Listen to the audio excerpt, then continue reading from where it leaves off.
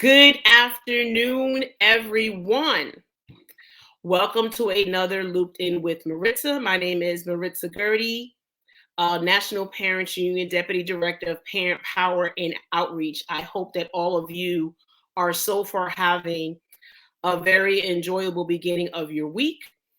In the Northeast, it is extremely cold. On the West Coast, in the Midwest, I don't know. So if you're viewing from those areas, please let me know. As you know, every time I begin my program, I like to share information, immediate information locally for everyone that is interested in getting some bits of information. Currently, there are a lot of locations in the city of Philadelphia and the surrounding suburbs, and even over the bridge in South Jersey, where the ability to get a COVID test has been difficult. So I have some information that may be good for many of you. So please take advantage and take advantage of these opportunities. In the city of Camden, for those of you that are familiar with Miguel's Pharmacy, Monday through Friday from 9 a.m. to 4:30 p.m., they are offering free COVID tests, results within 24 to 48 hours. Here you see the address, 3213 River Road in Camden, New Jersey. Their number is 856-757-0200. There is a QR code. So those of you that have access to Facebook, you could look up Miguel Arriaga, Arriaga. And on there he has, and I also on my Facebook page, I shared the QR code. So you could take a picture of that and then take it from there with regards to registering to get the test. If you want to know your status is extremely important. Here on the Philly side, in the in the area of Front and Hunting Park, and Concilio will be offering rapid COVID tests every Thursday this month. They are located at 141 East Hunting Park Avenue, right at Front and Hunting Park. They're free. They're not asking for insurance. They're not asking for ID.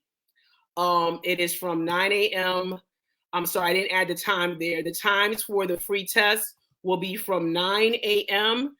to 1 p.m. You show up, you fill out a form, and you will also get a free rapid COVID test given to you to take, and you will receive results within 15 to 20 minutes. You're very welcome again. It's my pleasure to share this information. Families also, during this time, right now, what everyone is commemorating is Black History Month, which I think in my home, in our home, that is celebrated 365, 24/7. For those of you that wish to commemorate it, please do so. But I also want you to remember this. It is wonderful to celebrate something you are very proud of with regards to history. But what I also want people to do is to acknowledge and commemorate our, what I call our living ancestors, those people that are in our lives, in our communities, in our circles, that are champions for what is important with regards to families, children, our elders. So if there are people in your lives that for years have been doing things to champion what is right and correct, to make sure that important matters in their communities, in their schools, in their households, and in their families are talked about, are championed, any wrongs are righted. Commemorate those people now. Respect them now. Give them their flowers now. Do not wait until they are gone to then talk about the things that they did. Give them their accolades now. Appreciate them now. Give them their hugs and kisses now. I am fortunate enough to still have some folks in my family that are, even though they're 70s and 80s and 90s, I try to maintain contact with them. And so I hope that you also are able to commemorate all those important people in your life, because time is short. And in this day and age that we are still living in a pandemic, in a situation where it is very easy to become ill. And if you have a pre-existing medical condition, that can be exacerbated to the point where you do end up being hospitalized. Please enjoy your loved ones now while they're with you, while they're healthy, and help them out. All it takes is a phone call, a visit, if you're able to safely, and say, hey, I'm here. I wanted to let you know that I love you and I care about you and you're great. So that's my little personal plug there for everyone. One thing everyone probably didn't know about: today is World Read Aloud Day. And if you want more information on World Read Aloud Day, I'm going to put the link in the chat. So that way, that is something that you could sit down with your babies, with your children. And if you don't already do so, read with them on a daily basis, but especially today, because it is World Read Aloud Day. What is the other thing that I want to cover here? Yes, what I always cover. Things happen to do with the organization that I am very proud to be a part of. The National Parents Union. For any one of you that are interested in being a part of the National Parents Union, here's the website. Once you go on there, you'll see the information on how to become an individual member, also how to become an organizational member. If your organization, once looking at our website, if you see that we have aligned thinking, that we want the same things with regards to the quality education of all of our children, there's a form that can be filled out. It doesn't take no more than 5 minutes to fill out, so that you can then be a part of the National Parents Union, whether it be an individual member or an organizational member. If you want information from the National Parents Union, you can send an email to info@npunion.org, and someone will definitely get back to you. National Parents Union has a Facebook page. We also have regional pages for the National Parents Union. There is a Northeast region, a Southern region, a Midwest region, and very soon a Far West regional page. On that page, it will be more specific to the state that you live in with regards to information, activities, actions, webinars, things that will be happening in your regions, regional meetings. Right now, they're going to be via Zoom until it is safe to do so in person. So make sure you check out the regional pages as well as the National Parents Union national page. One of the campaigns that goes on that a lot of people, I'm very excited about because I was part of it with the National Parents Union, is for those that do not realize, every 6 months across this country, there is a voting opportunity. Every 6 months. For example, right now in the state of Pennsylvania, we're going to be having a primary coming up very soon this summer. We're going to have a governor's seat, senator seat. More state representatives are going to be coming up. This is your opportunity to make your opinion heard about any bills. You know, things won't happen unless you vote for them. No vote can also mean a vote that you don't want to be passed, for something to be passed that you don't want or appreciate. A lot of people may say that they don't understand the process of voting. They don't understand the importance. They don't think that people get listened to. They may think their vote does not count. National Parents Union has the Every Family Votes campaign. You can register. It gives you information on how to register to vote. I'll be adding in the comments the link for the campaign, and on there you can see all the information that is at your fingertips with regards to how to do it, how to better understand it, how to understand the importance of it. For anyone that's a returning citizen, a lot of people don't understand it. If you were formerly incarcerated, and you are now back in your community as a returning citizen, you need to see within your state how much time has to go by before you become eligible to vote. For all you know, you may already be eligible to vote, and all that you would then need to do is register to then vote. It explains all that all in the Every Family Votes campaign, the link I just added on the National Parents Union website. Please take advantage of this information. It is very useful.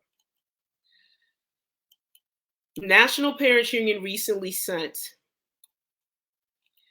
an open letter to the Secretary of Education, Miguel Cardona. In there, we make very specific demands of a person that made a lot of promises before he was appointed U.S. Secretary of Education over the entire country. As a result of us seeing that not many things have happened that he promised to change or to enact, we partnered with great schools, and we now have a campaign that if you have a question about anything that has to do with the learning loss our children have experienced, COVID protocols, safety in our schools of our children, as well as what is being done with the American Rescue Plan money, the monies that the $122 billion that have been allocated by the federal government across school districts across the country. If you want more transparency from your local school districts, you can send a letter to Secretary of Education, Miguel Cardona. And to enable you to do this, we've already drafted a letter, broken it down to 4 different categories. You can have a choice of just sending one letter with regards to whatever you feel strongly about, or for all 4 issues. I'm going to add a link in the comments. It will take you to a landing page in which great schools and National Parents Union are now collaborating to allow you to then be able to send something directly to. We want to inundate this man's email. We want to make it so he gets so many emails from across the country that he has no choice but to respond to us and say, hey, let's have a conversation, because families across the country are demanding answers of me. So we're going to take this man to task and see how he's going to respond. The last and final thing I'm going to talk about before I bring my guest on is the EPIC campaign. Everyday Parents. The EPIC campaign, Everyday Parents Impacting Change, is also currently, we have a campaign with the National Parents Union.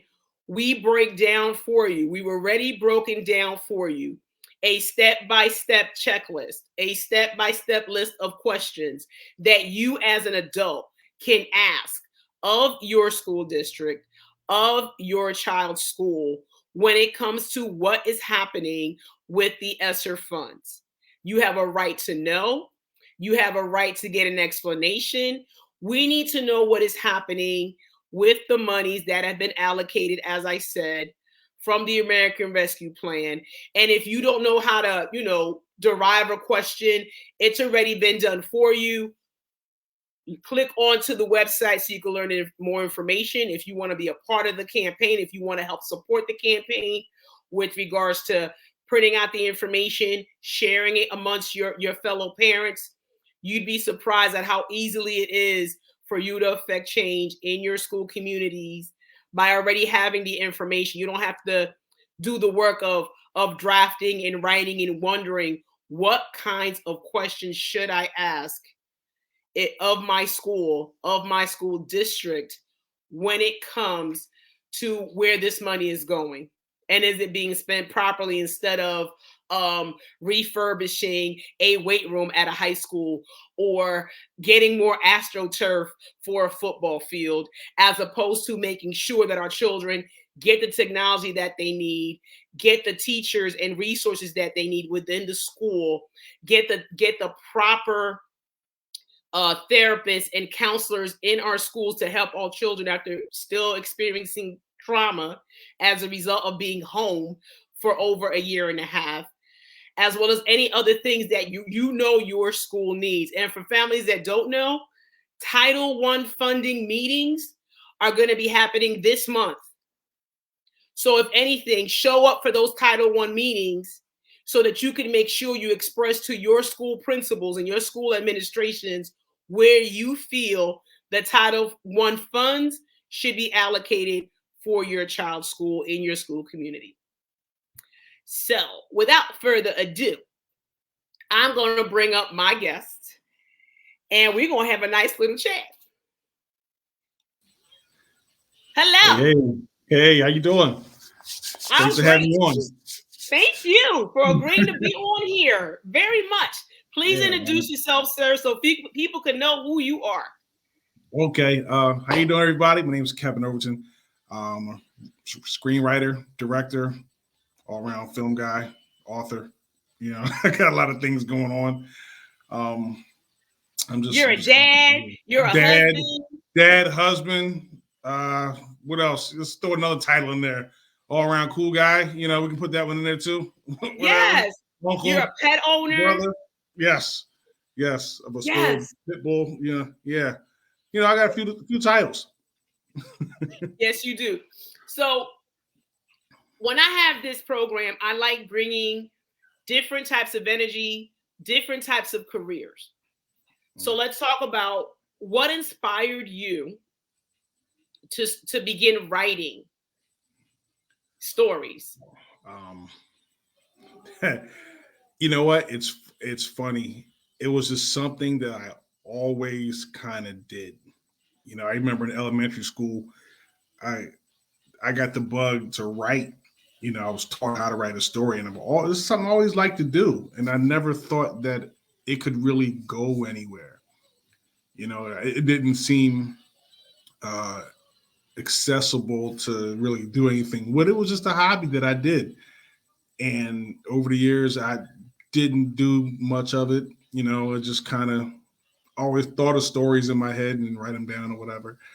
And it wasn't until a couple of years ago, a buddy of mine named Chris McLean, he introduced me to a lady named Shamika Sawyer of the 5 Shorts program. And it let me know that filmmaking was accessible. And I'm like, okay, well, if it's accessible, and then let's just do it, you know. And I just did it. And I said, okay, that's cool. Let's do it again.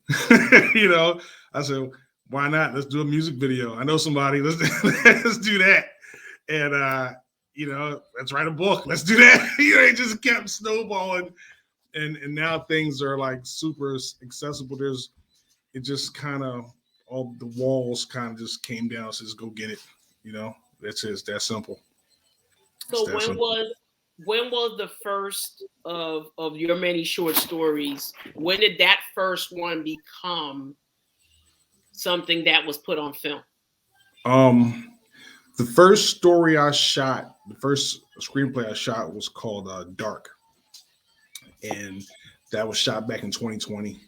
And that was actually part of the 5 Shorts program, where they take people who know nothing about filmmaking and walk you through the process. And when you're done, you have a film.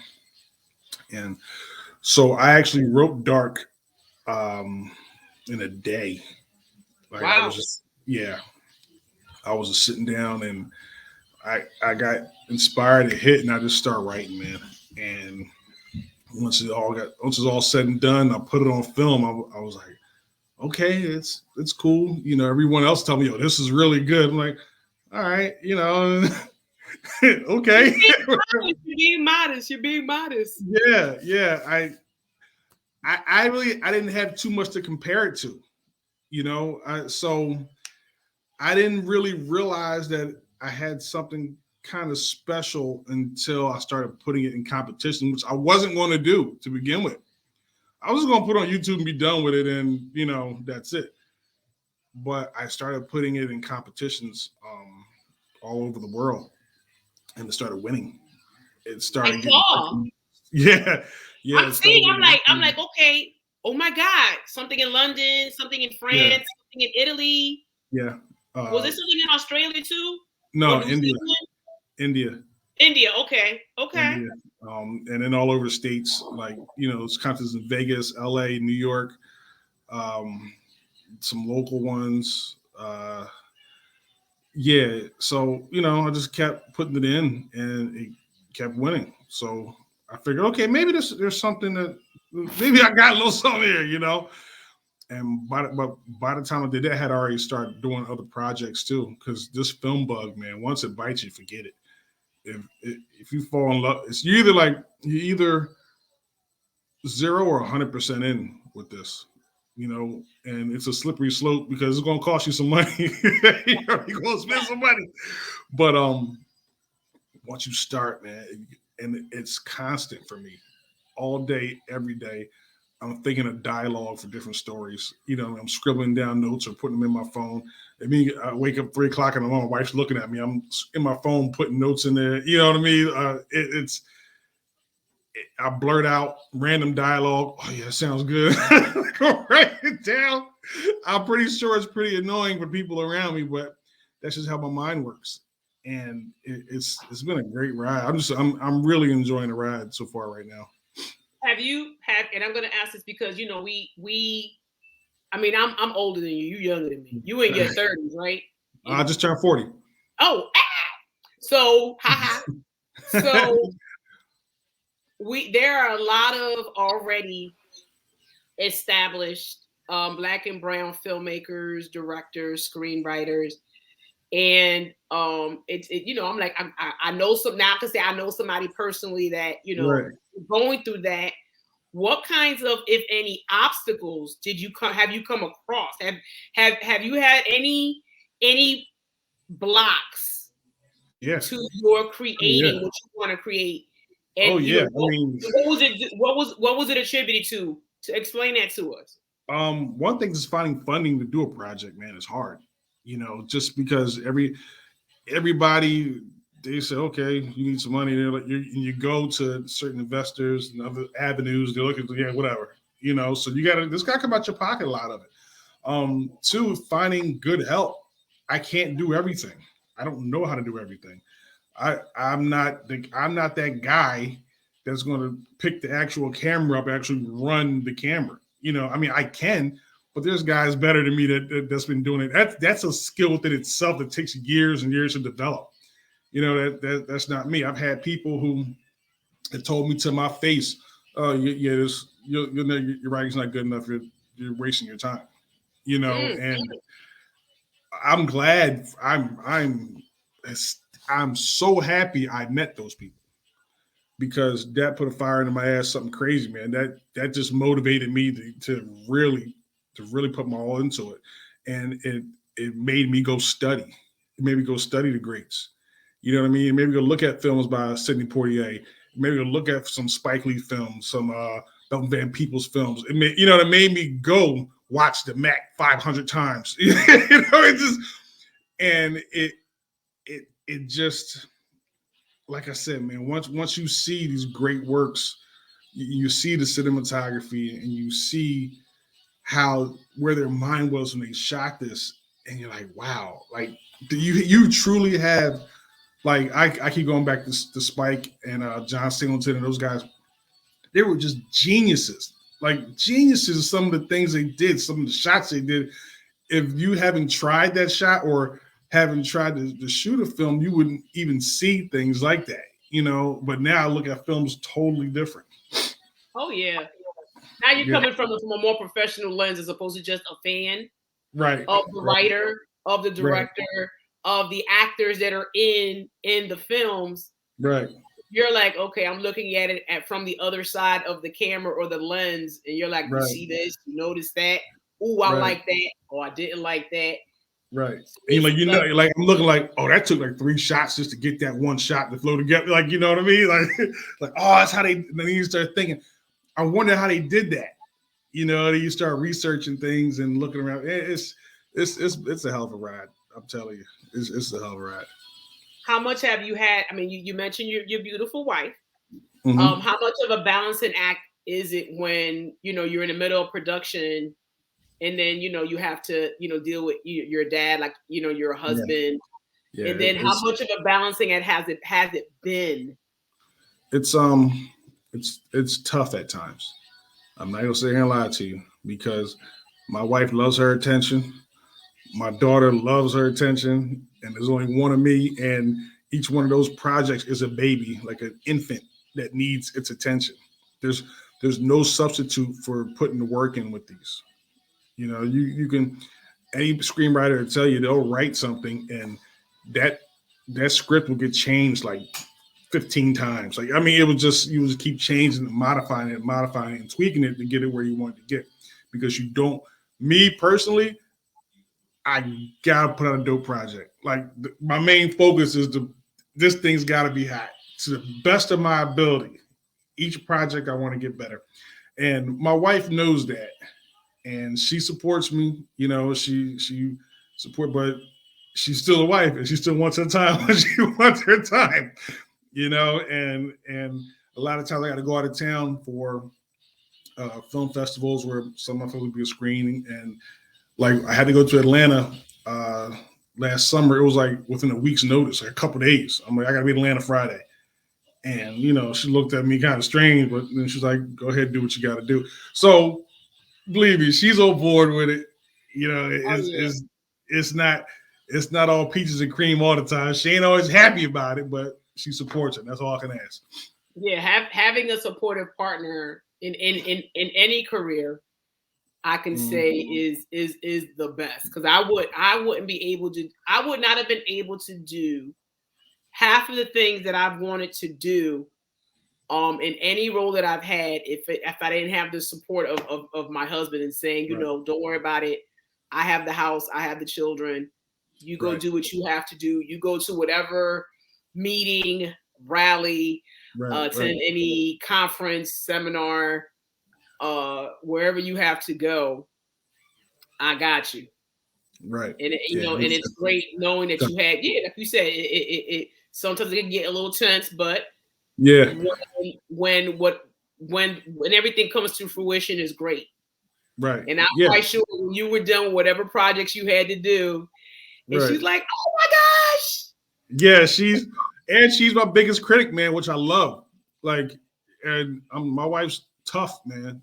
She's from Second Indiana, so what I mean, she don't play. And For those that don't know, Second in Indiana, you know what I mean? North Philly all day, baby. Is in North Philadelphia, and it's not one of the easiest neighborhoods to grow up in. So Natasha's tough. Right. And That's right. I'm sorry, Second in Cambria. Excuse me, wrong street. Oh, it's right around the corner. You had a joke earlier about towns in North Jersey. That right. No. They're not all the same. Right. She might be like, okay, get it. See, she laughing. Get it right. She's giving you a little bit of laughing emoji. She gonna be like, next time, get it right. Get it right, honey. Don't do that. She's like my biggest critic.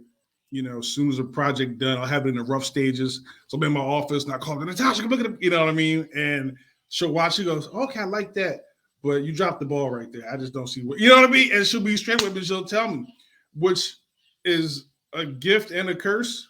Is more of a gift because I can. So a lot of times I can go back and fix things, or I can see things, or sometimes I'm like, nah, that's not gonna work like that. You know what I mean? But at least it made me think about it. Say, hey, look at it from a different angle, which is cool. So tell me what because everything I do always refers back to education, Kevin. Mm-hmm. So, going down this career path, how strongly do you feel did the education you received as a younger person, did it help it or did it hurt it? As far as your path, your career choice right now in making films. Growing up, I always had an interest, but like I said before, we had no idea how to get to that point. Me and my father were talking about it just again not too long ago. How I showed interest in it, but he didn't know how to get me there. He didn't even know which way to tell me which way to go. And I remember film school came up, and my father and my family are blue collar, hardworking people. He was like, "Yeah, that's fine. What are you going to do to eat every day?" And it kind of there weren't programs in place coming up to expose me to that. I went to public school in Jersey, Okay. and there was no film classes or anything like that. My first touch of a film class, I was in college, and I had it, and I didn't like it. I didn't like it at all. It for the simple fact of I remember the instructor telling me how I'm supposed to look at this. I looked at. I'm like, how are you going to tell me how I'm supposed to perceive this film? Mm-hmm. And we butt heads on that. And I remember in high school I butt heads with an English teacher the same way. We were reading I can't remember what poem we were reading, and she goes, "Well, what he meant was this." I'm like, "Well, I didn't get that, and I got this." Yeah. And isn't it to the reader, like not for you to say what I'm supposed to get? Well, you obviously didn't read it right. Oh, okay. All right. I guess so. I really would like to see, and this all goes down to what you were saying before, with money being allocated to these programs. And let me tell you something. I played football in high school, college with some of my pro. I would love that new weight room and that new AstroTurf. You know what I mean? That new field. But there wasn't. Yeah, hold on, pumpkins. Hold on one second. All right, I'll get it. Don't worry about it. It's my daughter. But there weren't those programs in place to expose kids coming up to that. And I wish I would have had it, because if I did, we probably would have had other avenues to go to. Yes. And we probably would have been able to, I probably would have been doing this 10 years prior, 20 years prior. Like I probably would have been fresh out of school, boom, into this. But time is everything. And that's the money piece, piece.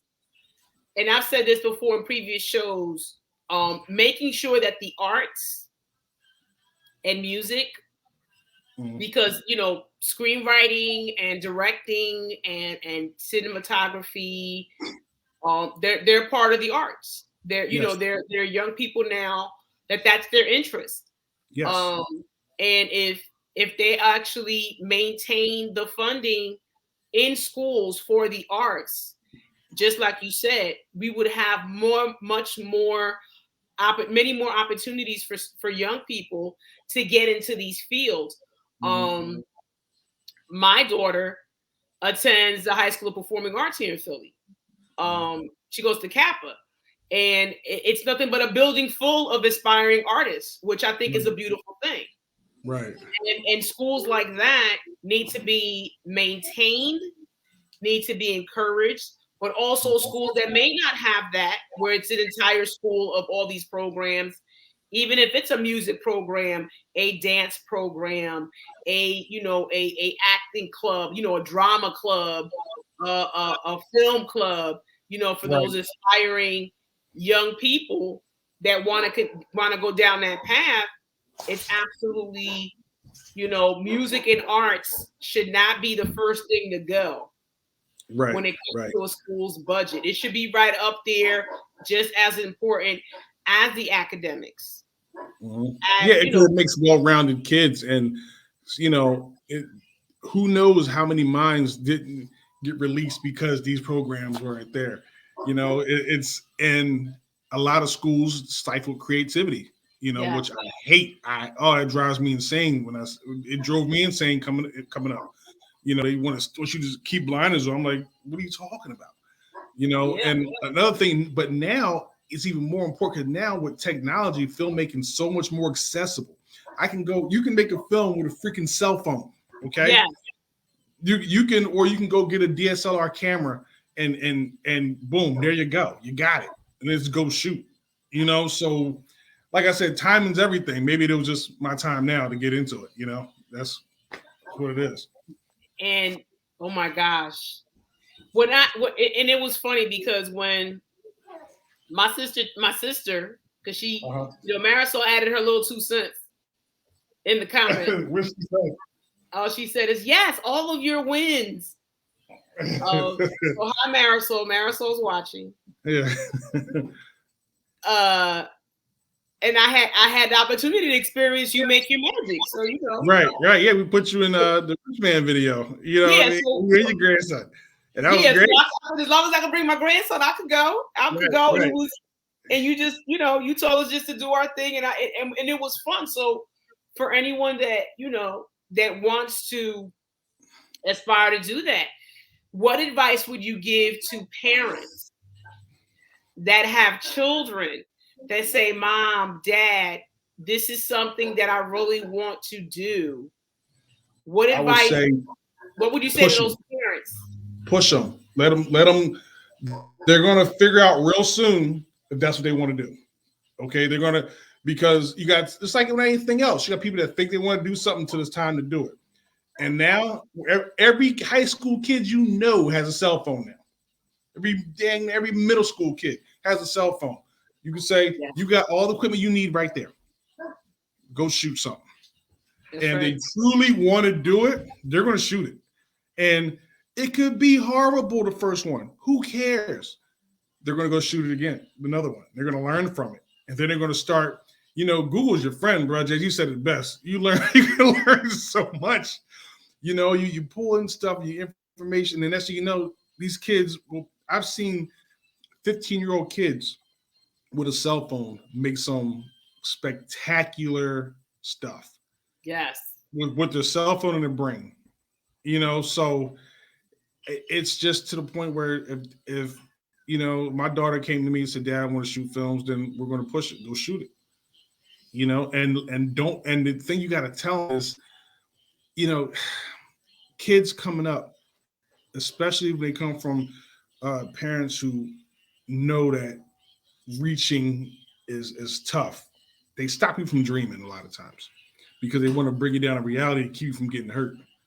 But what we got to remember, man, is we got to let these kids dream. You got to let them dream. You got to let them shoot for it. You got to push them to shoot for it. Okay? As long as you push them to shoot for it, the highest they can get. If they fall on their ass, so what? It's going to be okay. They'll get into something. But I hate when people say, they stifle a kid and stop him from dreaming. You got to let them kids dream, man. It's that simple. You got to let them dream. You got to let them go get it. Go get it. It's all about putting the work in. It's things, now that I've gotten older, things becoming real clear to me. And it's about how hard are you willing to work to get what you want? It's that simple. It's that simple. Cut all the BS away. Make it black and white. Are you willing to outwork that guy and outwork that guy and outwork that guy? Because if you're not, then you don't want it. That's right. But if you do, you'll do it. That's right. We can't sugarcoat. We cannot sugarcoat. We have to let them know the reality. Yes, you may experience rejection. Yes. Every time you experience rejection, you'll get something from it that'll make you better. Yes. Make you push more. And then when you do get that acceptance, that yes, that'll feel even sweeter. Because you've earned that yes. You've earned that acceptance that you've been looking for. And that project that you have will get funded, and you will get support, and you will get the good people around you that'll help you make that vision become a reality and be something that others can see on film. Right. Oh, yeah. And that's what it is. Like my first project, I had no idea how things worked. I just knew what I had in my head and what I wanted. It was the people around me. I had my buddy Chris McLean, Chris Rivers, Shamika Sawyer, Dan Watcher, and my man Rowan, who these are guys that had been doing it, and I told them what I wanted, and they looked at it and said, "Okay, now you got it. Now, what do you feel about us doing it like this?" I said, yeah, like that, but then add this to it and take that. It just became like a dance almost. And once I got that first project done, it was like something just clicked in my head, and it was like 24/7. I'm thinking about this stuff, and it became. I didn't know I was going to be this passionate about it until I did it. In the beginning, it was just, cross this off the bucket list. You know what I mean? Because it's something I always wanted to do. Now it's kind of like took over. It's great, man. It's So when you got your first notification of one of your accolades, your award, right, what did you do? What's the first thing you did? I said, man, get out of here with this BS. This is nothing. I didn't believe it at first. And then I think I got like 4 in the first week. Like I put it up, like selections. But my biggest ones is when I got the Cannes. The Cannes Film Fest. I was like, I'm in my computer and it goes ding, and I pull. It goes, congratulations. I'm looking. I'm like, what is this? A knockoff? It must be like a bootleg version of. What I'm saying in my head. Like, so this is not real. This is what we see people. This is the stuff you said. These are the kind of things that Spike Lee goes to.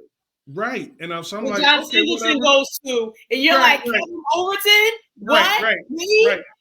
And I'm like, okay, whatever. All right, okay. So then, next week later, ding! Now I'm a semi-finalist. I'm like, I remember I'm laying in the bed and my wife looking on my phone. I jumped up. Did you see this? And she's like, "What's that?" I said, "This is a big deal." She goes, "Oh, okay, good. Then congratulations." So then I happened to be at next week. I was in Atlanta, doing something for my sister, me and my father, and we're sitting there talking. Ding! I said, "Dad, I'm a finalist now." He was like, now everybody's like, "What the hell?" It blew my mind. And then in between that, I'm winning other ones. There come like that whole week, I was just winning back and forth. And I'm like, whoa, this is crazy. So for those that don't know, if you are selected to be a winner, what, aside from getting the acknowledgement, is it a monetary prize, or is just the acknowledgement? Each competition is different. Some have monetary prizes. Some have prizes where, you get connected with certain people, or if you get a screening. I didn't win Cannes, so I didn't get to the screening. I got like one step before, which was still cool. You know what I mean? A lot of people don't get that. But they'll put you in contact with certain people, and certain companies will grab you and say, "Hey, let's take another look at this." And when you go do a pitch deck, you package a film together, all those laurels go on your thing for that poster. So when you go to investors, you say, "Hey, this is what it's got. This film's got all this, blah, blah, blah. Give me some money." It's opening doors. It's opening doors. Yeah, it opens doors. And it gets you some recognition. It gets people some recognition. You want people to know who your name is when they see us coming up and say, "Hey, I know that guy. He did this film." It just, I still got a long road ahead of me, but you're on the right path. I'm on the right path, and it's fun. I'm having a great time doing it. I'm having a great time doing it, and that's the, that's the main thing, man. And like you said with these kids, if they're enjoying it and they're having a great time doing it, they're passionate about it, and let them dream, and let them go, because you don't know what you're going to end up with. Let me tell you something. Your experiences, you're talking about this, you're letting folks know, for any of my parents that are out here looking at this, you're talking about your lived current experience in making film. And they may have a child in their home that's always running around making videos, making little short films. Like I have a teenager upstairs that she's always making videos. She actually won a submission for a video of a poem. And she was so excited. She was so excited. And she's like, "Mom, I want to get," and with the prize money, she got herself a camera that does video. So all it takes is that spark and that support Right. from your family and loved ones to just push you along. And I know that your family, your friends, your wife, little Ari, they're like, go ahead, do your Oh thing. yeah, I've gotten crazy. The support from my family and friends has been ridiculous. I mean, once they saw, it was funny. Everybody's a little skeptical in the beginning when I said this was something I was going to do, They're like, yeah, and okay. before the first project was done, because I put my father in my first film and some family members, uncles and cousins and stuff in it, for a certain scene. So once they got on set and they saw how everything was going, like their eyes literally like, he is not playing around. And once they saw the finished product, oh, it was a wrap. They were like, this is really good. And he's not messing around. They were more excited for me than I was. Oh, And they, the support system, my uncles and my father, and my cousins, sisters and brothers, they just been amazing, with pushing me. And because I torture everybody around me. Here, read this, read that. I'm saying, I'm scared of making a reading. I know they got things to do, and I'm sorry guys, but I'm gonna keep doing it. That's what it is. And they get them, they read them, and they give me, they either love it or hate it. They say, oh, change this, change that, and it just makes me a better writer. absolutely. Because family and friends can be your strongest supporters, but they can also be your strongest critics. Mm-hmm. They're not going to sugarcoat it. They're not going to say, it's okay, baby. No, they're going to be like, Right. Yeah, this is trash. I don't like this. This doesn't seem right. something that's real. Right. And that's a wonderful thing. But you, sir, are what I call a living example, a living ancestor, Thank you. a person that is an example for other young people that are aspiring to do what you do. So if there's a young person that is out there that wants to reach out to you, just to ask you a question, because you'd be surprised, you can also be a mentor to many young people. How can they reach you, Kevin? Oh, real easy. Instagram. Instagram, KOverton32. Facebook, Kevin Coolbreeze Overton. You can also email me at waterheadfilms@gmail.com. I'll do that. Waterheadfilms at gmail.com. Yep. You can also go on YouTube and see some of the projects at Waterhead Films. Just put that in YouTube and come right up. You'll see some of the stuff we've done. And any kid, anybody, because this community, this subculture of filmmakers in this area is small. We all kind of bump into each other here and there. And if any kid, anybody had a question, needed help, or just wanted advice, or just wanted to just rap about film, and hit me up anytime. I have no problem. I have no problem with helping someone out to do something, like none whatsoever. Oh my goodness! So I mean, and I could tell folks, no, it was fun. It was fun for that few hours that afternoon, and I was like, I got my little boy with me. He ain't care. He was just. He did exactly what I needed him to do. He did exactly what I needed him to do. You know what I mean? And it was phenomenal. Ari, turn it down. It was, she wants to walk over here with the iPad. Got the whole house. As soon as here she comes. But, and you saw how much work that was. You saw how much work that was too, right? Yeah. It was a lot of work. That little shot, all the work we had to do. But your grandson did exactly what I needed him to do, was to act like an irritated baby. And he did it. There you go. That's right. Act like an irritated little toddler. And he did it. He was like, I don't want to be here. I'm going to make some noise. And it was exactly what you needed. So anyone is interested in looking at the work of Mr. Kevin Overton, go over to YouTube, look up Waterhead Films. His stuff is, it's great. I'm always so surprised at how quickly My time. So she wants to say hi. She can come on and say That hi. she wants me to give her a bunch of candy right now. We're going through the I Oh, wants. And I told her no, and well, no. We'll let her know. Daddy's almost done. she I knows can't I'm believe busy it. right now. Yeah, so that's what she does. But that's what they do. That's their job. If my Yeah. son wasn't in aftercare, he'd be right here, right next to me, doing this. Yeah, she was doing that here. I had to put the little toy coat jacket on her. I had to do this. Fix my hair, Dad. But if I wasn't over here, she wouldn't be talking to me. That's right. She'd be in her iPad. Yeah. But I think it's so funny how quickly my time flies. Right. When I am on here with people, I want to thank you again. Thanks for having me. I appreciate it. Oh my gosh, I appreciate you saying yes. Because as I remind people, I don't have producers Right. that work for me that are like, Maritza, we're gonna get you this person, or we're gonna get you that person. No, this is all on just based on me reaching out, asking people if they have an hour Right. and to spare to talk about what they do, to talk about their experience, and to talk about hi, Miss Darlene, to talk about how what they do affects them, and to be an example for others. I always wanted to be some kind of educational experience, and Right. it absolutely has been. Thank you. Thank you. It's Keep been on doing what you're doing. I'm trying. If you ever need me again, let me know. I'll be happy to Okay, oblige. good.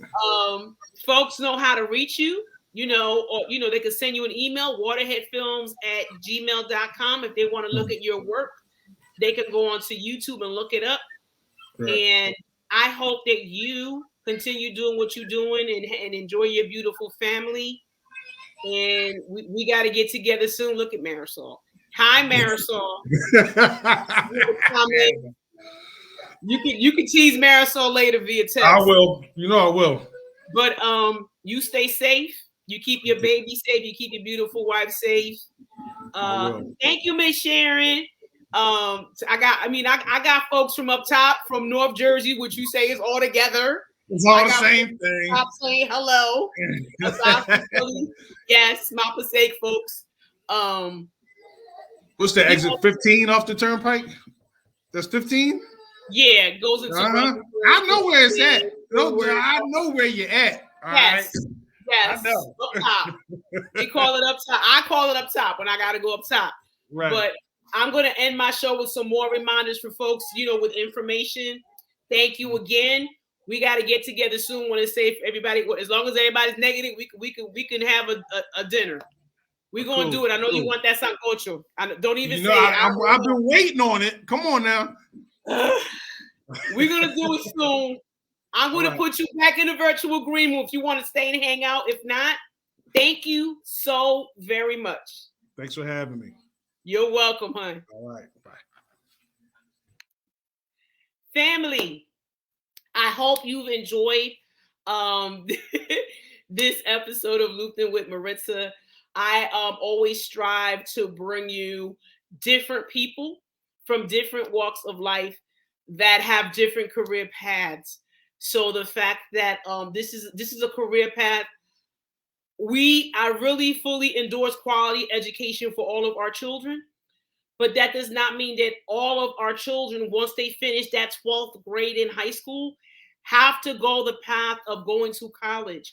There are other career paths and opportunities they can strive for and succeed in, as long as they have the fundamentals given to them and offered to them in an equitable, quality way. And that is what the National Parents Union is striving for, that education be a civil right to all of our children, regardless of where you live, regardless of your socioeconomic status, regardless of your ethnicity or color of your skin, regardless of your religious background. Let us strive, especially in this month, to make sure that everything that our Black and brown children are entitled to, they get. And that all of our children are taught the real history of this country to enable them to be good world citizens that have been educated and have the knowledge to understand the differences that we have in each other and respect each other, to stop the senseless acts of racism and violence that are just the scourge of this country right now. We got to end it, and the only way we will be able to end it is by ensuring that all of our children understand the true history of this country, the true history of this world. Thank you so very much.